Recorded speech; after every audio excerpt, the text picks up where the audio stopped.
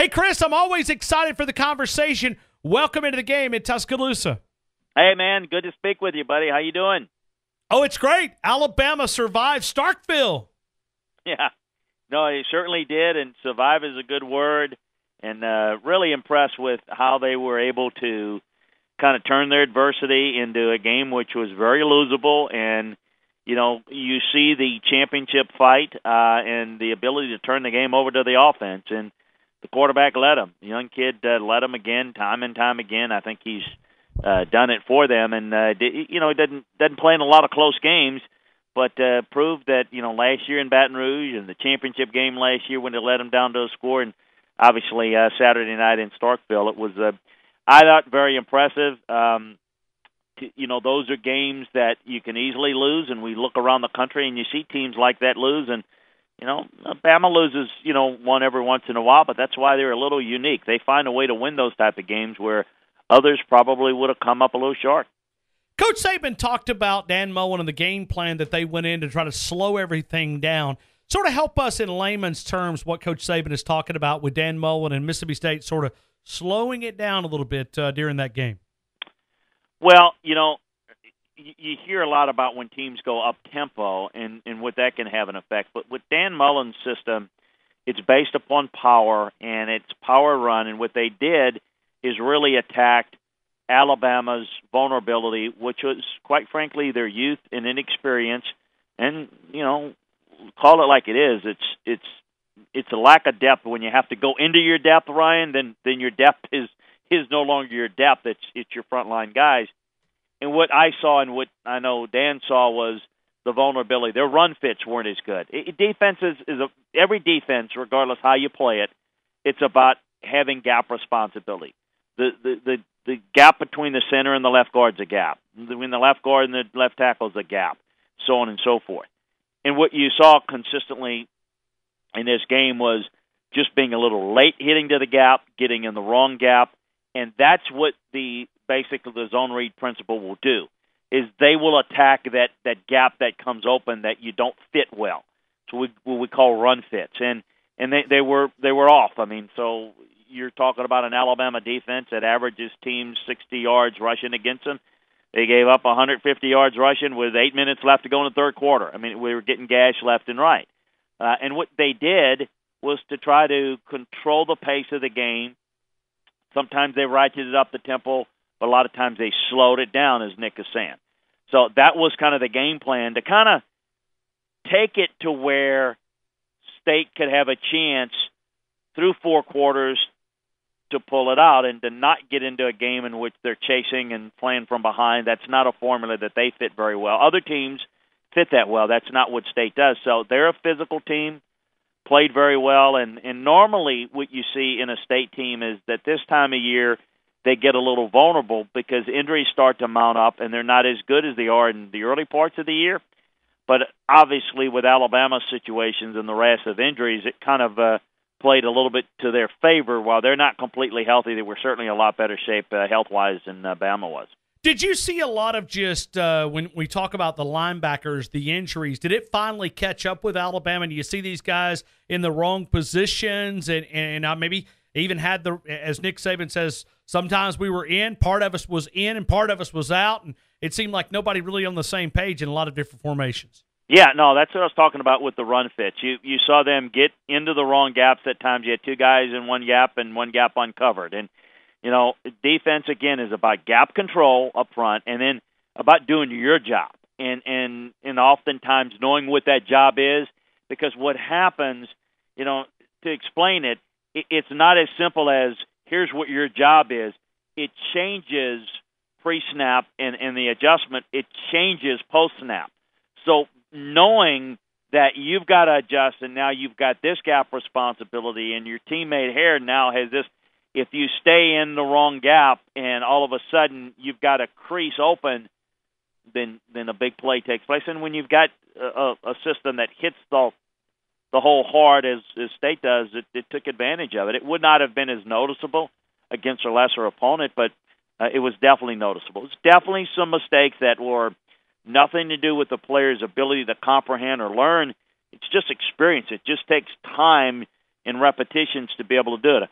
For example, a guy like a Dylan Moses has a chance to be one of the next line of great linebackers for from Louisiana, for Alabama.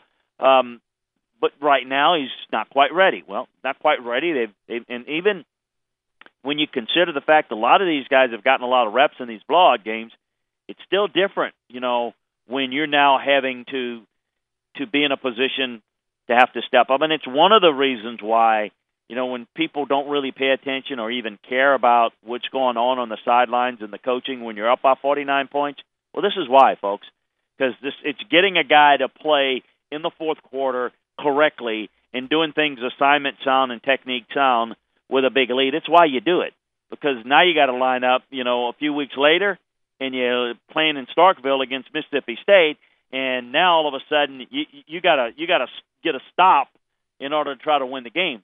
That's why you got to play through your opponent sometimes, and I think we saw that. I think while there were a lot of mistakes, they fought through it. I don't care about you're going to make mistakes. It's how you learn from it, how you grow from it. And I thought for the most part they did a pretty good job, but there's no question that they were not the same. I mean, they ran right at the heart of where Alabama's strength usually is, and it caused a lot of problems. When you look at Alabama's offensive line, what'd you see? Oh, they're banged up. I saw it against LSU, against good pressure. They're really struggling to block up front good pass rushers. And I think they saw some pressure this past week. And Jalen Hurts has bailed them out because he's taken some negative plays and he's turned them into positive plays, or at least erasing the negative play element. But no, I see some issues right now, and they're going to face in a week a defensive line that's playing as good as anybody right now in the country, and certainly in the SEC. So it's going to be quite a challenge. The one thing, again, that kind of saves them is the quarterback and his escapability. But you got to move him a little bit. I think as this pressure starts to continue, if it continues in the Iron Bowl, they're going to have to move the pocket a little bit with them, because you don't want to get in a situation. That's where Georgia had an issue last week. Is they've got a pocket quarterback and that pocket collapsed. And the other thing that they do very, very well in combination, talking Auburn now, and Alabama's, I know it's not their next opponent. You won't send this tape to Nick. No, so I will not. I promise. He won't be mad about me overlooking Mercer, but I'll go ahead and talk about when you line up and play that game, you're having to deal with blocking that front and getting off of press coverage. Kevin Steele, who I know Alabama fans should know very well, does a great job, and this is a very talented team of playing good press man coverage. So Georgia struggled with that, and I think going forward, this is going to be a real challenge to be able to block that front and be able to get off of coverage. You're going to have to, I think, run some bunch sets, and I expect to see some of that. That'll get guys like Ridley free. I think you'll see them attack it a little bit differently, Brian will, than probably Jim Chaney was able to do at Georgia, because I think the lack of a mobile quarterback kind of limits you to some degree what you can do. This is probably going to show my ignorance, but I'm going to ask the question anyway. Because it's Mercer this week, do you think they have spent time, even though they're not telling the players, hey, we're kind of working on some things, and maybe they're really working on Auburn? And like I said, this may be showing my ignorance, but do they spend any time looking at the Auburn Tigers, even though this is a FCS game with Mercer? Oh, absolutely. And the way you do it, and we call it, I use the term in doing all our advanced scouting when I was coaching, is I call it playing through an opponent. You never say it, but like, for example, what you do is you like to take opponents like this, and you take certain things that they do formation-wise that are similar to a bigger opponent like an Auburn. So let's just use that as an example. So let's just say you're going to see a lot of certain coverage looks. It may be an inordinate amount of cover three, or a little bit more two-man than you normally see. Well, what you will do is you'll put it in, and you try to maybe, all right, they do that, but Auburn runs a little bit more man coverage. So you might work a little bit more against man coverage this week, even though you may not see a lot of it, and you'll tell them, look, they may run, Mercer, that is, they may run 20% man, but you might work on it as if they ran 60% man because that's what Auburn does.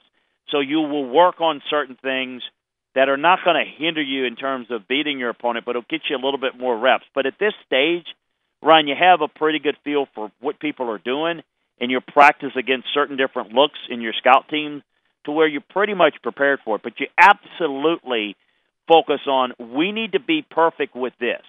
And you try to, don't worry about beating your opponent this week individually. You worry about playing to your standard, playing with good technique. Because here's the reality, is you don't need to have great technique to beat an opponent that you're significantly better than, individually and collectively. So the challenge is, what can you do to get better? You, individual player, and the next one, what can you do to get better and to get us better this week from a technique and an assignment standpoint, with an idea that you're going to play a tougher opponent next week? And it is no disrespect to the opponent you're playing this week, but the best way to respect your team and your teammates and your preparation for the Iron Bowl is to prepare for Mercer like it was a scrimmage against Auburn. If I asked everybody, if let's say they had a bye week this week, let's say they didn't play anybody this week, but they decided they were going to go out and have a scrimmage on Saturday against one another to get a head start on Auburn, would you want them lollygagging out there and playing like it didn't, make two flips over what they did? Of course not. It's attention to well, then why treat your opponent that you're playing any differently? Treat it like a scrimmage, like a practice, and try to do everything individually and collectively properly so that you can be best prepared. It's not going to look the same because they're much more athletic and much more talent that you're going to be seeing a week from now, but you can prepare for certain things, and you can get a lot of other guys reps. So now all of a sudden, your backups are no longer your backups, they're starters. So you've got essentially a week to where you can, the guys that are injured are going to sit out anyway, but it's an extra week for them to heal. And then you can work some of these other younger guys and get them ready because they may need to get more reps next week. And what better way to get them ready than to get them a lot of reps this week against Mercer? Hey, Chris, before we kind of move to away from Alabama here for just a couple of minutes, I'm just curious, when you look at your eyes, the way that you see the college game, there's been a lot of argument that Alabama doesn't deserve that number one spot. I think sometimes that's just to create attention and conversation. How do you see it when you look at top teams in college football? Would you still have Alabama at that number one spot? And obviously the playoff committee did last night. Well, first of all, in a general sense, I look at who looks best on film, who impresses me the most over the course of the season, and I chart teams in about 27 different categories and come up with a version of how I, just like when you grade players or grade coaches, how I do it. And I do think they're the best, but for a number of reasons. They're not just talented, but how they coach, how they respond. People look at things like, oh, boy, that was awful last week against, Mississippi State and Starkville. I look at it as that could have easily been a loss. We could be talking today very easily about the loss at Mississippi State, but finding a way to win. I mean, Clemson lost to Syracuse. Miami hadn't lost, but Oklahoma lost at Iowa State. But, Auburn, who's every bit as talented and may have the best talented defense in the SEC, had two losses. And no crime in losing to Clemson, but it was criminal from a coaching standpoint to lose that game against LSU.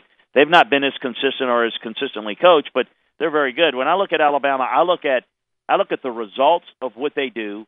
I look at how they do it, their game control, and a lot of things. So I do think they are. Now, the whole thing about where they haven't played as tough of a schedule, well, to me, you play who you play, and yes, I do like to see good against good. I don't matter a whole much of that. What I will say, though, on the playoffs and the whole process that we have now, there's never going to be a good way anytime you're picking teams to play for a playoff. So you're picking them based upon, I can sit there and tell you who I think the top four are. I can tell you that this team doesn't look like a top four team and this one doesn't. But really, is it fair for me to say that? The whole idea is that you got to earn it on the field. But you can't have everybody play in it. So I don't know the best way to do it. I wonder, Ryan, if we went down the wrong path a few years ago, and it wouldn't have been better if we because one of the issues that we have, don't we, is we say, well, I don't know. Wisconsin hadn't played as tough of a schedule. They haven't done this or that. Alabama maybe hadn't played as tough as this. But, well, in essence, I think that we made a mistake a long time ago by not incorporating a little bit more of the bowl system as an extension of the regular season. What I mean by that is you play your schedule the way it is. You don't know that Florida State's going to fall apart when you play them. They're very good when you played them in week one.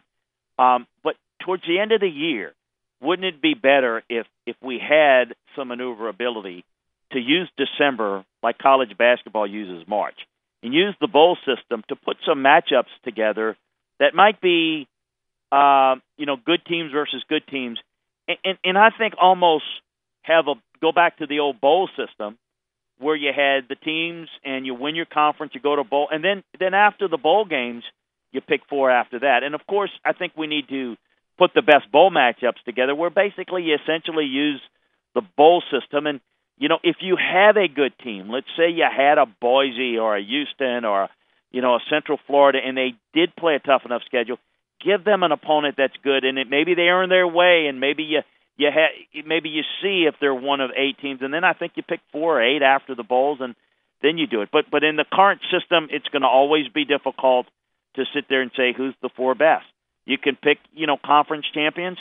That seems to be very fair, except, it's very likely you could have the second best team in your conference could be better than every other conference champion in the country on a given year. So how do you deal with that? I don't think there's any ideal way.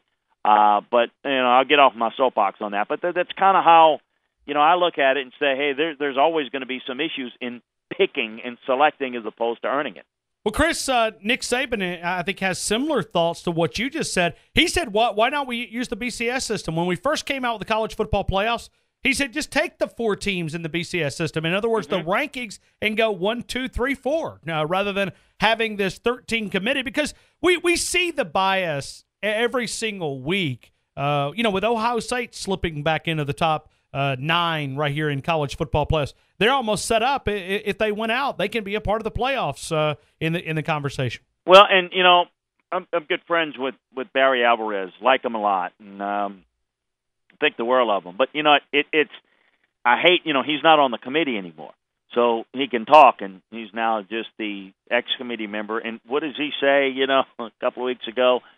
Well, an unbeaten Big Ten team, there's no way they get left out. Well, there should not be any guarantee that an unbeaten SEC, an unbeaten Big Ten, an unbeaten – in the idea of the 4 best teams. Now, I think it's fair to assume that if you're unbeaten in one of the major conferences, you're probably in, Ryan. I mean, you probably have earned it.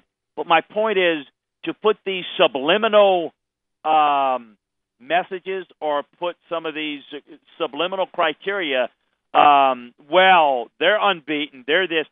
It's the 4 best teams. Well, what are the 4 best? Oh, well, then that's where you get into a lot of complexities that this one thinks this is the 4 best. This is the criteria the others use. This one doesn't look at film.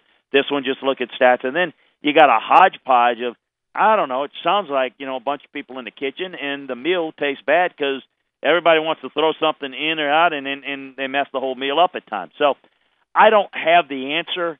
I always felt like, football people making football judgment was the best way, but I'm not quite sure that the guys that they put in that position maybe are due to age or just not interest in time because they're retired or not spending the time. I don't know how does it look. And you have to honor in respect what people do. For example, I went back this week.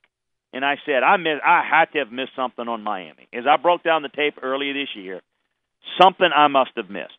I went back and looked at the Toledo game, the North Carolina game, the Georgia Tech game, the Florida State game. They weren't very good. And I didn't miss – I went back over my film grade notes. They just weren't very good. Now, I think I may have missed something. Maybe the hurricane at the beginning of the year, the fall, may have retarded their development, because they just weren't very good. And they've gotten better. Now, do I think off of 2 good performances that they're an elite team? No. But they're 9-0, and they're really good. I don't know if they should be 1, 2, 3, 4, or 8, but I know they're pretty good. I'm also not all that worried about it, Ryan, because they're going to get a chance, if they take care of business against Virginia and Pitt, they get a chance to beat Clemson and then, win the conference.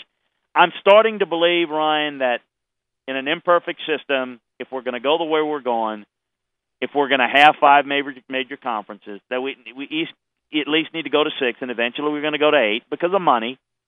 And the conference champions get in, and then you just take the best non-conference champions at large teams and put them in, and maybe you make a spot if there's a deserving group of 5 team. I think that's the only way. You're still going to have people argue about who the best non-conference champion, who the best at-large teams are, but at that point, you're telling them, hey, hush up. You got a chance. You got a chance by winning your league, and if you don't, you run the risk of not getting selected. I mean, the only way I see it going, but you're never going to stop the argument completely. And I don't think it should be like the NFL. Being the NFL for 30 years, I mean, I don't think our system. I love college football. I think the uniqueness is great. The regular season is great, but I'm not real comfortable where things are headed. But yet, we had an issue last year, Penn State and Ohio State. For the most part, sometimes they get lucky and it works out right. Chris, I'm going to go ahead and ask you. There's no way that we can cover this in just a few minutes, man, but you got to put this Alabama-Auburn breakdown at some point on these podcasts to sort of give us the X's and O's behind the scenes material. Defense has been consistently good. The offense hasn't, but the defense has been really good, sometimes stressed out with their offensive play in the early part of the year. But the defensive front is very good, very deep, very strong. They're physical. They get good push. Their secondary is outstanding.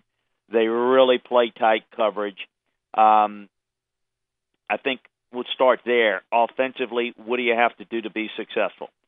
Well, in order to be able to run the football, which is tough to just line up and run it, they're going to have to be a concerted effort to get to the perimeter a little bit, to spread them out, to loosen the box, to displace guys out of the box. How do you do that? Well, it is tough if they come out in their preferred press man coverage. It's tough to run a lot of screens. So you run a lot of bunch sets to where guys are not on the line of scrimmage, they can't press you, and you can cross those guys up.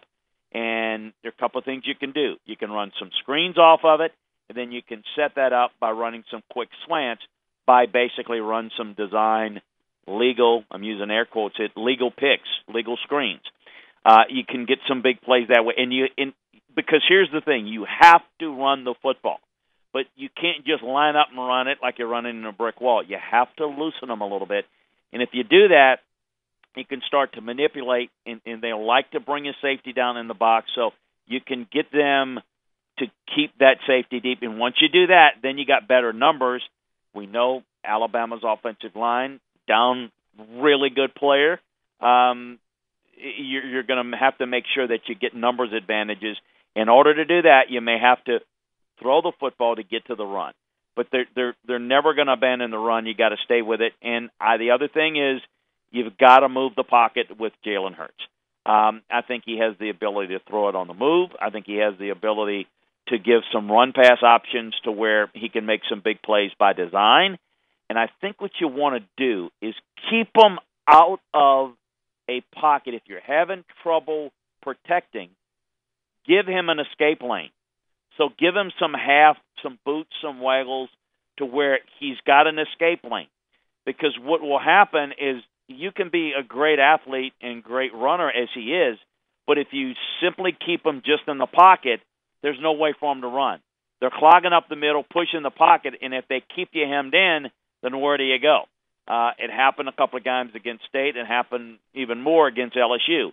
You want to alleviate that by getting some design rollouts. If you do that, then what you do is they have to respect that. And when you do that, then you can come back and run some pocket stuff. So you've got to make them stay home, set the edge in the run game, respect the run game, and respect the run element of the quarterback. And by doing that, that's going to force more guys to defend the run. As much man as they have to play or like to play, they're going to have to contribute one guy at least, in a spy or to shade a guy to cover Hurts. If that is the case, that displaces one guy out of coverage. So then you're able to attack them a little bit more. If you don't do that and force them, then they're going to keep their guy deep, and it becomes tougher to throw it into. It's a simple numbers game. So I think those things are pivotal things on that side of the ball. Defensively, you've got to defend the zone read. You've got to be patient and set the edge against the run. You've got to be really sound with your run fits. You've got to come up, hit the run fits hard. Remember, each gap that I talked about, you've got to make sure that you control your gap, that you force the run outside into your pursuit. That's what you want to do. Bubble that run outside. They like to run downhill and attack you and crease you. You've got to step up and build that wall and force them wide where you can play to your speed. Second thing is they will run play action off of that. But their you're going to have to give up something. And I think one of the things that you might have to do is in this game, you're going to have to put more guys in the box, and you're going to have to play a little bit more inside technique with your corners, and you're going to have to move one of your safeties in the box. And instead of playing split safeties, you're probably going to have to play more single high looks. And you're going to have to, again, force the ball outside the numbers and force them to beat you with throws outside the numbers, because that's why you want to play inside technique. You want to prevent the slant, and you want to force it outside the numbers. I think the slant is what they really like to hit, and they're particularly good at. So you want to take that away. And listen, make them go for, don't throw the strike right down the middle. Make them hit it off the outside the plate. That's what you're trying to do. So those are two things that really on each side of the ball that are going to be critical. I think obviously games like this, hidden yardage, special teams, so important. They've got a great kicker, good punter. You got to match that if you're Alabama. It's going to be a close game. You can't turn the football over. Alabama's good with that, but you can't drop punts. You can't give up field position. You can't give them the momentum. They're much better in that environment in Jordan Hare. They feed off of it. They're a streaky team. They're a team that when they play their best, they're very dangerous. They don't consistently play their best. They're up and down a little bit. And sometimes they're up and down in the course of a game. You have to prepare as if you're going to get their best game. You know they're going to be, really fired up. They've got a lot to play. They've got an SEC championship berth, bank game berth on the line as well. They've got national playoff aspirations on the line as well. So they've got every bit as much to play, even if it wasn't just a rivalry game, if it's just two guys playing for a right to advance. So it's going to be, I think, a classic game. A couple of things jump out at me. People want to compare Auburn, Georgia, and now Auburn, Alabama. Two things jump out at me clearly, comparatively speaking to Georgia and Alabama as it relates to playing Auburn. Georgia did not have the experience of a big game moment. No one has the experience of big game moments better than Alabama and Saban, and getting his team to play kind of what I call flatline and just be impervious to the moment and to the ups and downs. Auburn's a little more up and down. Alabama's more steady as she goes. And the quarterback reflects that about as good as any quarterback as he's had. Just flatline. It doesn't matter. He can be down 10, up 14, doesn't matter. He's the same guy. That environment is something that Alabama's more used to and has had more success in. Two, Georgia did not have a mobile quarterback that could get them out of bad plays. Alabama does. Those two things, to me, are things that Alabama can possess in this game that Georgia couldn't. I don't know that I don't really pay so much into who's going to win this game or whatnot, but I certainly, in games like this, I'll say this, that if Auburn plays their best game, they're really good and they're really talented, and they're definitely are healthier than Alabama right now and very capable of beating Alabama. But these are games in which, that championship heart, that it factor, that ability to find a way, whatever it's going to take to get a big play, a coaching maneuver. That's where I really trust Alabama and their ability to manage the situation and the environment better. And that's where I think Alabama's got in it. I trust Alabama more than I do Auburn. Quite frankly, Georgia's been better coached through the course of the year than Auburn. Just Auburn is better than Georgia. They're just more talented, but they don't always play like it. So, but I think if you're Alabama, you got to anticipate that this is going to be Auburn's best performance, and you got to be able to match it. And I think they're going to match it intensity-wise. I know they're going to match it in terms of preparation or surpass it. But they've got to hang in there, and they've got to find a way to, again, take away the run. If it includes putting extra guys in the box, that's force them to the air. And if you do that, I think Alabama will be fine. I think they can win it. Chris, final question. When you look at Alabama, I would bet the farm that Nick Saban's defense has heard all the talk. This is not your typical Nick Saban defense, all the criticism. I would almost bet that team is better prepared, and they sort of answered the call from a defensive standpoint because, I mean, in Tuscaloosa, they've been lit up, and it's not because they played bad. It's just they haven't played that typical Nick Saban standard defense. Well, no, that's right. I think they're played a different standard, which is fine, but the reality is it's never as bad as it looks, and it's never as good as it looks. And the one other thing that I think is to the benefit of Alabama, and you're going to start to hear it, maybe not so much now, but you're going to start to hear it Saturday, Sunday, as you turn the clock to next week. This is going to be the narrative. You know, it'll be, you know, I think several weeks ago, the narrative was, does Auburn have a chance to win? And now the narrative is going to be, hey, Auburn looks better than Alabama, and Auburn's going to win the game. And I think that just plays to Alabama a lot better than playing that, you know, can anybody be beaten? I think that this team likes the challenges. Every team does. But I think what will really serve Alabama well is they, in some ways, whether it's real or perceived or something they use, they're going to look at themselves as underdogs in this game. Like, no, everybody thinks, it's not going to be true, but everybody thinks that Auburn's going to win. Everybody thinks, hey, that Auburn team that blew out Georgia, hey, that's what you're getting ready to get Alabama. That's what everybody's going to say. I think that's going to play very well in that football practice scenario all week, and I think that's going to be an advantage to Alabama. I don't know who's going to win it, honestly. I mean, I really don't at this stage. I want to see if Alabama can get a little bit healthier and see how both of these teams come out of this game next week, but this Saturday. But to me, it's one of those things you got to really beat Alabama because they know how to win these type of games. And if you look at it, you know, we know the kick six game in the Cam Newton comeback. Auburn just doesn't usually get Alabama. Alabama usually finds a way in most of those games. So I know this. It won't be a blowout, and I think it'll be close. And, that's why Alabama's going to have to be really clean in the kicking game, and they're going to have to make sure that there's no sloppy efforts to give Auburn a short field, make them earn it. I think that's where I would maybe give Alabama a slight edge.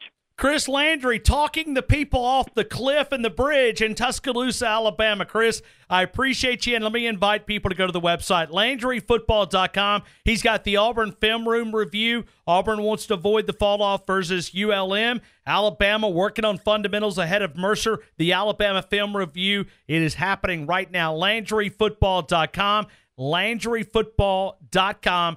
Football views from a coach, a scout, and administrator. Chris Landry, I appreciate you. I cannot wait to talk to you next Wednesday. I appreciate you jumping on and talking Alabama football and SEC football here on the game. Hey, it'll be a lot of fun. Enjoy the week, everybody, and we'll talk Thanksgiving week and get ready for the Big Iron Bowl next week. Can't wait.